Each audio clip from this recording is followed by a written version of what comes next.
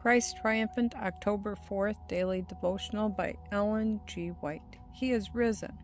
He is not here, but is risen. Remember how he spake unto you when he was yet in Galilee, saying, The Son of Man must be delivered into the hands of sinful men, and be crucified, and the third day rise again.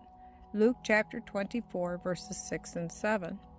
The Sabbath was past, and Mary Magdalene came early in the morning, when it was yet dark, unto the sepulchre. Other women were to meet her there, but Mary was the first at the sepulchre.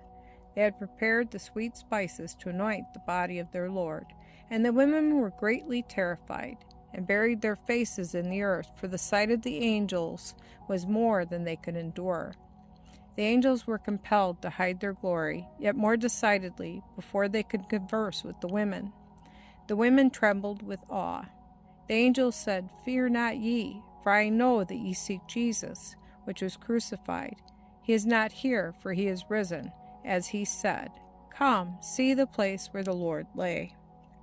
Matthew chapter 28, verses 5 and 6. There is no more weeping for Mary. Her heart was filled with joy and rejoicing. While Mary was absent, Christ appeared to the women who had come to the sepulchre from another direction. Go quickly and tell his disciples that he is risen from the dead, and behold, he goeth before you into Galilee. There shall ye see him. Matthew chapter 28, verse 7. As yet there had been no revelation of Christ to the 11, and the women went to tell the disciples the wondrous news.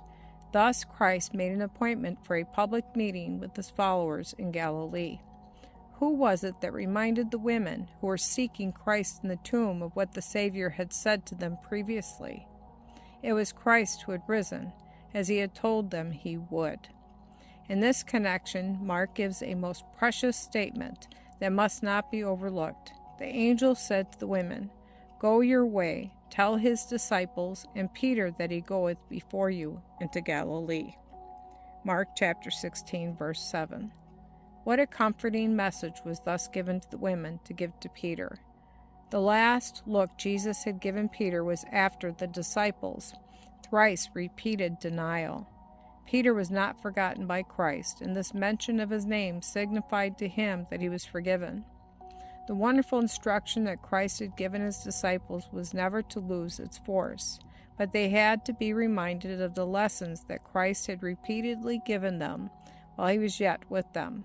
Remember, said the angel, how he spake unto you when he was yet in Galilee, saying, The Son of Man must be delivered into the hands of sinful men, and be crucified, and the third day rise again.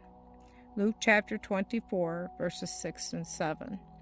The disciples were surprised that they had not thought of these things before.